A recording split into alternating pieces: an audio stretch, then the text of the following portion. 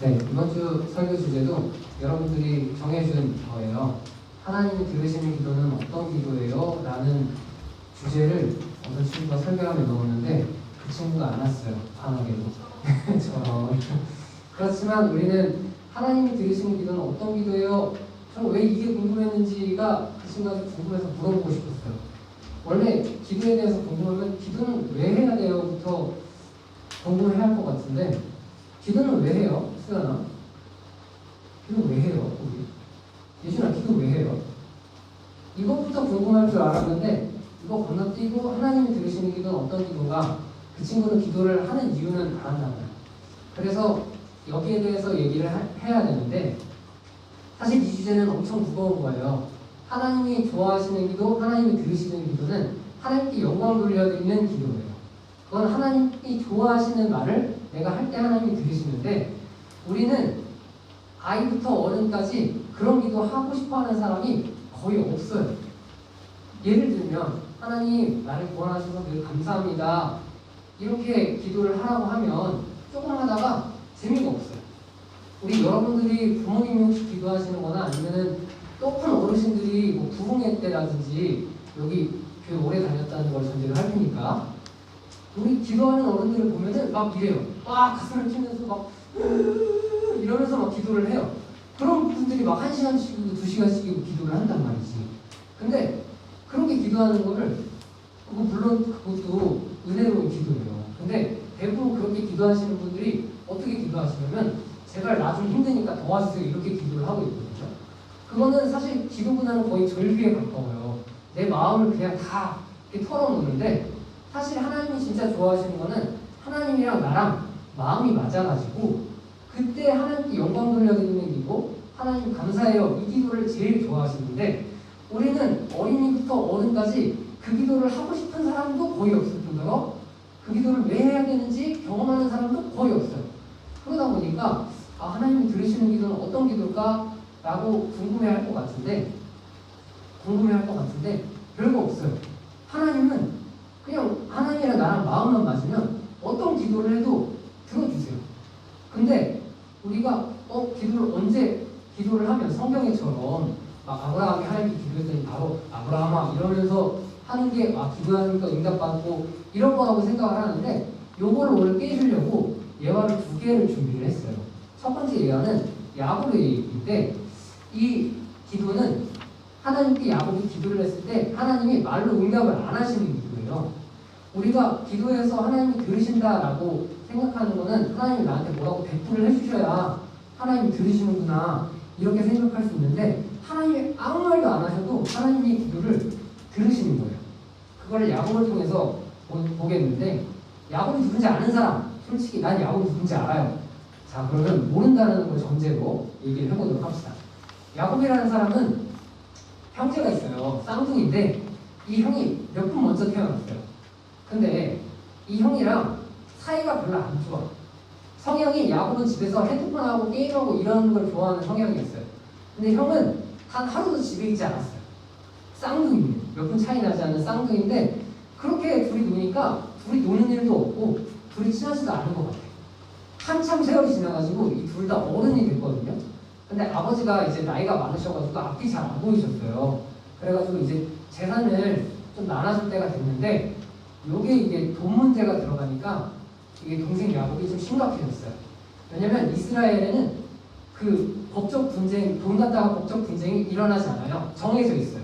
나는 동생 한 명 있다. 자 여기 동생 한 명이 있는 친구들이 이렇게 있어요. 그럼 강건이가 제일 가까우니까 이렇게 드릴게요. 강건이 동생이 있으면 엄마가 만약에 100만 원 있어. 그러면 강건이는 67만 원을 물려받고 동생은 33만 원을 물려받아요. 이 법이에요. 이스라엘의 법이에요. 나 혹시 삼형제다. 강건이 삼형제였어? 미안해요. 그럼 다시 읽어줍시다. 그러면 강건이 동생이 2명이에요? 아이고 큰일 났네. 그러면 형이 50만 원을 물려받고 강건이랑 강건이 동생은 25만 원씩 물려받아요. 법이에요. 그냥 제일 높은 형이 제일 다른 사람보다 2배를 더 물려받는 게 법이에요. 근데 이게 우리가 100만 원으로 예를 들었지만 강건이가 형이 50만 원 받고 내가 25만 원을 받았어. 그러면 뭐 이게 별로 안 커 보이는데 만약에 이게 100만 원이 아니라 100억이다. 그럼 형이 67억을 물려받고 내가 33억을 물려봐야 돼. 상현아, 부모님이 100억을 물려주시는데 누나가 67억을 가진다고 하면 벌써부터 표정이 우리는 썩어가기 시작을 해요. 그거를 누가 원하겠어. 근데 야곱은 욕심이 무지하게 많은 친구예요. 이러다 보니까 형이 67억을 가져가는 꼴을 못 보겠어. 왜 100억을 예로 들었냐면 아빠가 부자야. 요즘 최태원 사장이 그 자기 SNS에 막 뭐 글을 올리면서 얘기를 하고 있는데 재밌는 거 하나 올렸잖아요. 치실을 길게 이렇게 썼더니 딸이 아빠 치실 왜 이렇게 길게 쓰냐고, 아빠 재벌이냐고. 그래가지고 최태원 사장이 딸아 아껴 쓸게 이랬는데 최태원 사장은 재벌이에요. 우리나라 손가락으로 주는 재벌인데 이 야곱이란 예서의 아버지가 재벌이었어요. 돈이 무지하게 많아. 그러다 보니까 돈 욕심이 있는 야곱이 형이 67억을 가져간다고? 이 사람이랑 나랑 몇 분 차이도 안 나는데 이게 짜증이 나는 거예요. 그래서 형한테 사기를 쳤어요. 그래서 그 물려받는 그 형이라는 명칭의 재산권을 자기가 뺏었어. 사기를 쳐가지고. 그리고 나서 아버지한테도 사기를 쳐가지고 그 재산을 물려받도록 되어 있는 상태예요. 그러면 이제 형이 열받을까 안 받을까? 자기가 67억을 물려받아야 되는데 33억이 됐어. 이러니까 형이 열받아가지고 나와 죽여버릴 거야 이러면서 찾아다니기 시작했어요. 엄마 아빠가 큰일 날 것 같은 거야. 그래서 형을 안 부르고 동생을 불러가지고 야, 너 형한테 죽을 수도 있을 것 같으니까 저기 삼촌네 집에 가가지고 조금만 피해 있어 라고 하면서 야곱을 보냈어요. 근데 제가 성경을 읽으면서 진짜 웃겼던 게 뭐냐면 야곱이 33억에서 67억을 받으려고 재산을 물려받으려고 온갖 사기를 다 쳤거든요. 근데 결론이 어떻게 됐냐면 한 푼도 못 물려받고 도망쳐갔어요. 이게 진짜 웃긴 건데 야곱이 한 푼도 못 물려받고 도망쳐가다가 오늘 길가에서 피곤해가지고 잤어요. 진짜 불쌍해. 재벌 아버지 두고 왜 길가에서 노숙을 하고 있냐고. 그 길가에서 노숙을 하고 있는데 하나님이 야곱에게 어떤 음성을 주셨어요. 그리고 난 후에 야곱이 하나님께 기도한 게 20절부터 22절까지의 내용이에요. 하나님께서 야곱이 이렇게 기도하기를 하나님 나와 함께 계셔서 내가 가는 길에서 나를 지켜주시고 먹을 것과 떡과 입을 옷을 나에게 주셔서 내가 평안히 아버지의 집으로 돌아오게 해주세요. 야, 재벌 아들이 이런 기도를 하고 있어. 저한테 먹을 거 주시고 입을 옷 좀 주시고 다시 아버지 집으로 평안히 돌아오게 해주세요. 이렇게 기도를 했어요. 근데 이렇게 기도를 하고 나서 하나님이 야곱한테 뭐라고 하셨을까? 한마디도 안 하셨어요. 성경을 나중에 궁금하면 창세기 28장을 펴놓고 읽어봐요. 하나님이 야곱에 대해서 한마디도 대답을 안 하세요. 분명히 기도를 했는데 하나님이 들으셨나 안 들으셨나?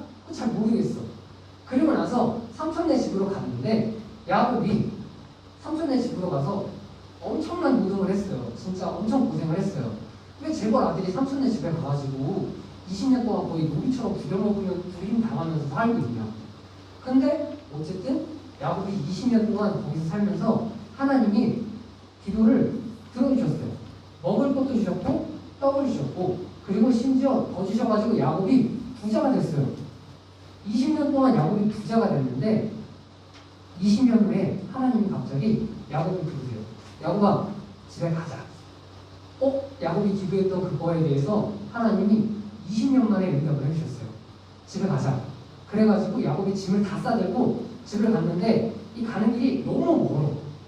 너무 멀어요.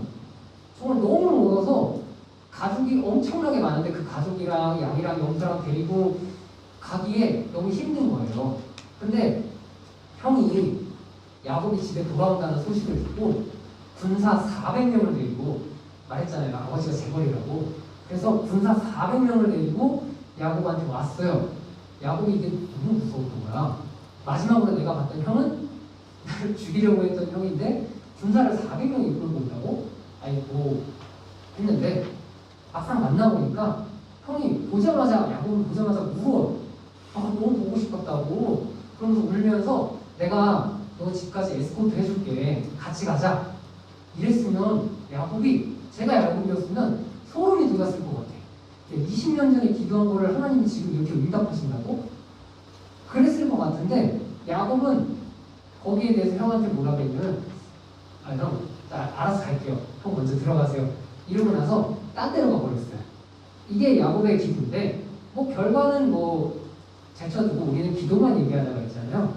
야곱이 하나님께 하나님 저 먹을 거랑 그리고 집에 다시 돌아오게 해주세요. 그럼 하나님 나의 하나님이 될 거고 제가 하나님 위해서 집도 짓고 그리고 하나님한테 11조도 꼭 할게요. 라고 했더니 하나님께서 20년 뒤에 이걸 이루어 주셨거든요.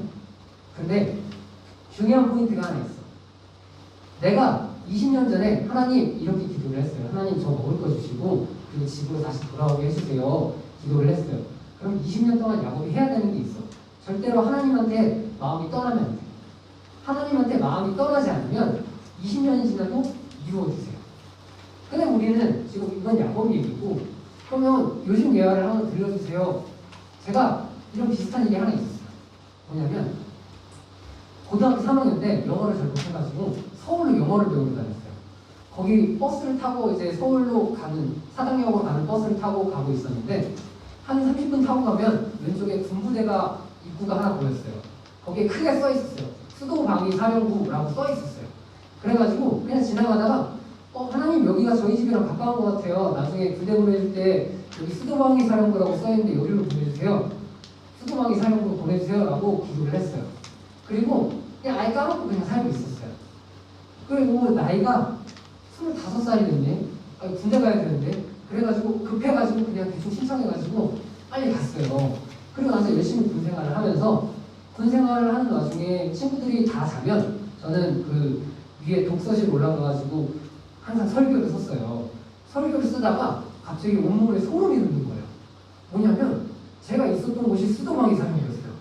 그래서 손이 벌벌 떨리면서 기도를 하기 시작했어요. 하나님 6년 전에 제가 기도했던 거 들어주셨네요. 그때 제가 하나님한테 기도할 때 하나님 분명히 아무 말도 안 하셨거든요. 근데 6년이 지나고 나서 제가 있던 곳이 수도방위사령부였어요. 너무 놀래가지고 하나님 기도를 진짜 들어주시네요. 이러면서 하나님한테 감사 기도를 드렸어요. 하나님 저를 여기로 인도해 주셔서 감사합니다. 요거를 하나님이 들으시는 거거든요. 요거 들으시려고 우리의 기도를 응답해 주시는 거예요. 우리가 마음을 지키고 살면 내가 하나님 뭐 좀 해주세요 했을 때 하나님이 내 때에 좋게 그리고 하나님의 때에 좋게 이루어 주세요. 그것까지 내가 마음을 지키고 살면 내가 기도가 딱 응답되었을 때 감사할 수 있어. 하나님 너무 감사해요. 이거 한마디 드리려고 우리한테 선을 베푸시고 우리를 기다려 주시는 거예요. 제가 여러분들한테 첫 번째 소개해주는 기도가 이거예요. 응답을 안 하셔도 하나님이 우리가 마음을 지키고 있으면 이루어주시고 들어주신다는 거예요.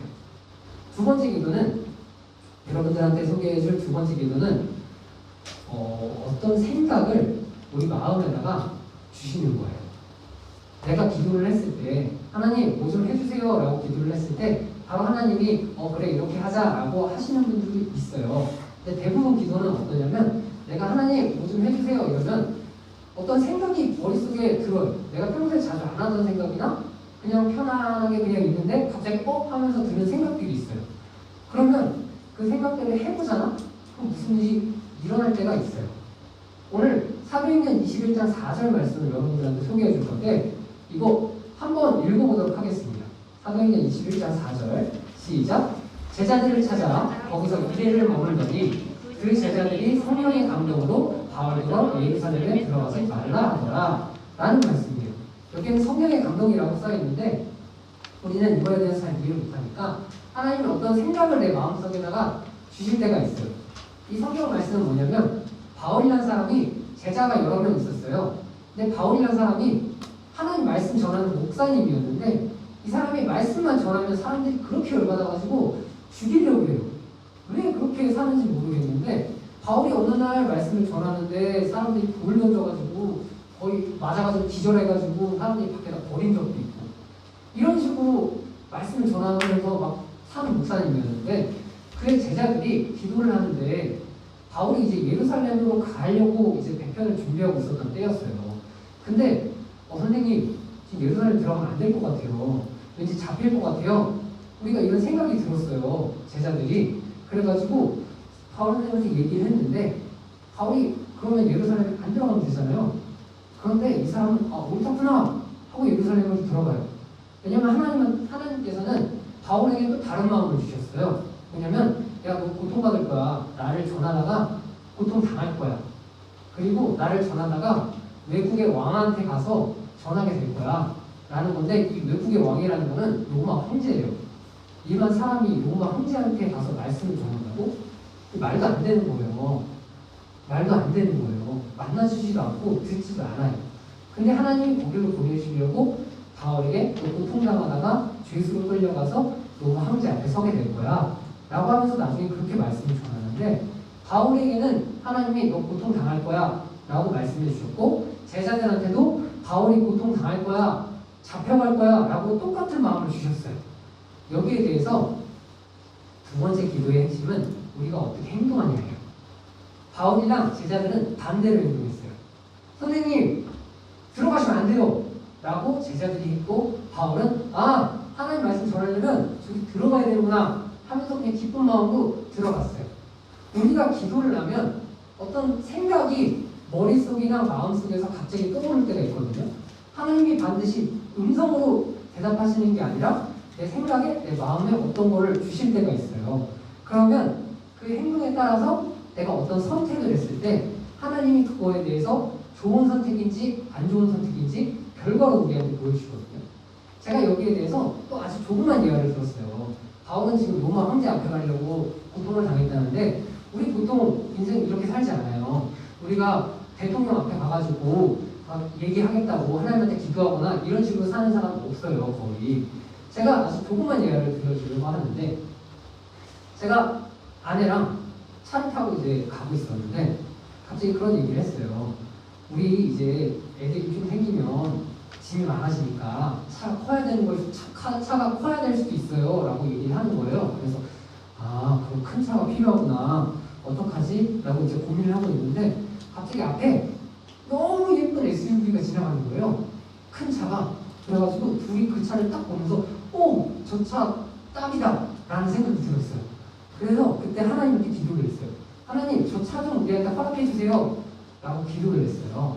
그러면 하나님이 어떤 생각을 주시든지 아니면 결과를 보여주시든지 그렇게 하실 거 아니에요. 근데 남자들만 약간 공감하는 게 있는데 찬원아 혹시 뭐 어떤 물건 살 때 좀 자세히 알아봐?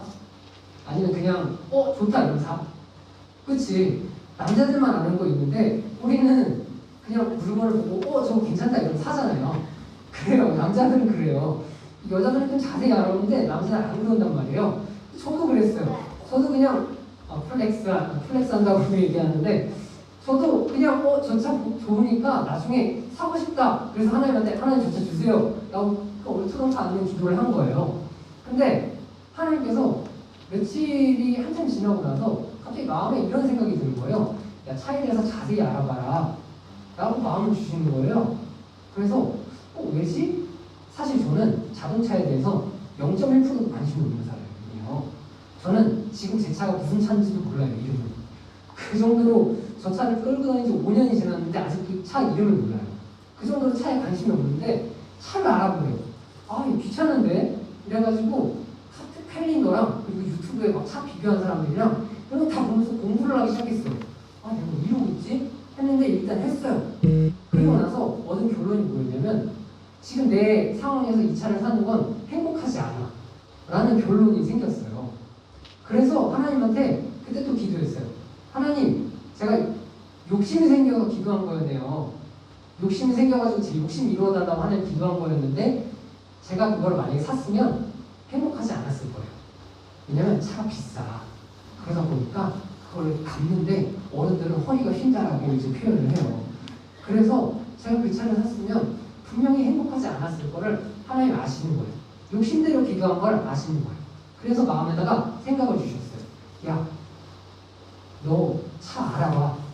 라고 해서 그래서 행동을 했어요. 차를 산 게 아니라 차를 알아보기 시작했죠. 그리고 나서 욕심대로 살지 않기로 생각을 했어요. 하나님이 기도를 하면 어떤 마음이나 생각을 우리한테 주실 때가 있어요.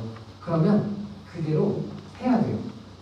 그대로 해야 되는데 바울처럼 예를 들었을 때 선생님 잡혀가니까 들어가지 말라는 것도 맞는 말이고, 선생님 내가 잡혀가야지 로마 황제 앞에서 말씀 전하니까 꼭 들어가야 된다도 맞는 거예요. 이럴 때는 하나님한테 또 구해서 의로운 길을 우리 인도해 달라고 그렇게 하나씩 우리는 기도를 하면서 내걸어 가는 거예요. 길을. 우리는 기도를 할 때 뭔가 엄청난 거 이런 거 구해야 되는 걸로 알아요. 근데 예를 하나 들어봅시다. 우리 기도에 대해서 제일 크다라고 생각하는 거는 모세가 기도했더니 홍해바다 갈라졌어요. 이거 초등학생 때 다 들어봤죠? 우리 그런 기도를 하는데 만약에 오은성이 갑자기 전도사님이 만약에 믿음이 막 엄청 크다라고 그냥 예를 들고 전도사님이 갑자기 하나님 저 치악산 강릉으로 옮겨주세요 이런 기도를 하면 하나님이 어떻게 응답하실지 저는 뻔히 알아요. 내가 왜? 뭐하러 굳이 치악산을 강릉에다 옮겨? 그리고 제가 그거를 믿지도 않아요. 치악산이 강릉으로 갑자기 옮겨간다고? 내가 믿는 만큼 기도했을 때 하나님이 응답을 해주세요. 그러니까 내가 믿음이 없으면 자 조그만 거 보여보세요.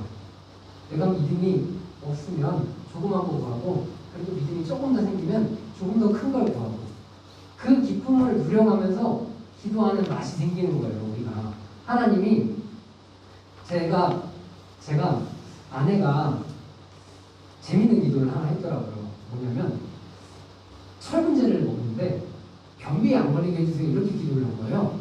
그 여자들 그 어르신들만 아는 건데 철 문제를 먹으면 무조건 변비에 걸린대요. 그래서 철 문제를 먹어도 변비에 안 걸리게 해주세요 이런 기도를 했는데 날마다 화장실을 간대요. 아침마다. 그래서 하나님한테 맨날 감사 기도를 하나님 오늘도 화장실 가게 해주셔서 감사해요 이렇게 기도를 하거든요. 이걸 왜 얘기했냐면 자기 믿음의 분량만큼 하나님 들어주시는 거예요. 그리고 거기에 감사하면 내 믿음이 조금 커져요. 그리고 나서 또 더 큰 걸 기도했을 때 하나님이 들어주시는 거예요. 내가 그냥 얼토당토 않게 아까 얘기했잖아요. 치악산 강릉으로 옮겨주세요. 절대 안 들어주세요. 그런 거는 내 믿음의 분량만큼 구하고 그리고 하나님이 듣고 나에게 응답을 여러 가지로 해주시는데 그 여러 가지에 대해서는 다 소개를 오늘 할 수가 없어요. 이 기도에 대해서 얘기만 해도 올해 끝날 때까지 하나님이 기도하시는 그거에 대해서 얘기를 해줘야 돼요. 근데 중요한 게 한 가지 남았어. 뭐냐면 전도사님 우리는 날마다 경건하게 생활하지 않는데 그럼 하나님 우리 기도를 안 들어주시는 것 같아요. 어떻게 해요? 고민하지 말고 목사님을 찾아가세요. 여러분 어른 성도님들은 항상 그렇게 신앙생활을 하세요. 목사님 찾아가가지고 목사님 제가 이런 일이 있는데 기도해 주세요. 이렇게 신앙생활을 하세요. 왜 굳이 내가 기도가 되지도 않는데 굳이 그냥 자꾸 막 이렇게 내가 하겠다고 그러고 있는 게 아니라 도와달라고 그러는 거예요. 목사님들은 그거 하려고 날마다 경건한 생활을 하시는 거니까. 그러니까 여러분들이 제가 기도했을 때 하나님 안 들어주세요. 안 들어주실 수 있지. 왜냐면 우리가 경건한 마음을 가지고 있질 않은데. 그러니까 둘 중 하나예요. 내가 경건한 마음을 가지고 하나님이랑 마음이 맞을 때까지 열심히 신앙생활을 하면서 아주 살과 뼈를 깎아내면서 경건한 생활을 할지 아니면 목사님 찾아가지고 저 좀 기도해 주시면 안 돼요? 했을 때 목사님이 기도해 주시고 나중에 하나님 이루어 주셨네? 그러면 하나님 감사해요. 그리고 목사님 기도해 주셔서 감사합니다. 이게 그냥 신앙생활이에요. 여러분들이 앞으로 할. 그러니까 여러분들은 기도에 대해서 생각할 때 첫 번째로는 하나님한테 내 마음을 맞춘다. 그 다음부터는 마음대로 기도해라. 그러면 하나님이 여러 가지 방식으로 응답을 해주실 거예요. 대신 기도에 대해서 진짜 중요한 게 한 가지 있는데 이것만 말하고 얘기를 마칠게요. 기도에 대해서 진짜 중요한 거는 내 마음이 하나님한테 맞아야 되는데 내 마음이 하나님한테 맞으려면 겸손해야 돼요. 그 겸손할 수 있는 거는 혼자 할 수 없어요. 절대 안 돼요. 사람은 절대 겸손할 수 없어요. 겸손할 수 있는 거는 예수님께서 흘리신 십자가 그 은혜를 내가 마음에 받아들일 때 겸손해질 수 있는 거예요. 기도를 할 때 어른들이 1시간씩 2시간씩 막 밤새도록 기도하시는 분들도 있는데 왜 그렇게 기도하냐면 하나님한테 내 마음이 맞지 않는 거를 알아요. 그렇기 때문에 그거 맞추려고 계속 기도하는 거거든요.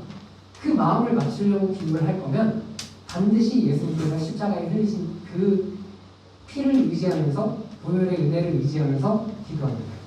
그러니까 여러분들한테 제가 여러 번 기도시키잖아요. 성경 말씀을 읽으면서 기도하세요. 주기도문 사도신경 하면서 기도하세요. 그냥 이렇게 기도를 지금 가르치고 있는데 재미없을 수도 있어요. 근데 그게 제일 중요한 게 내 마음을 하나님께 먼저 맞춰야 돼요. 아시겠죠?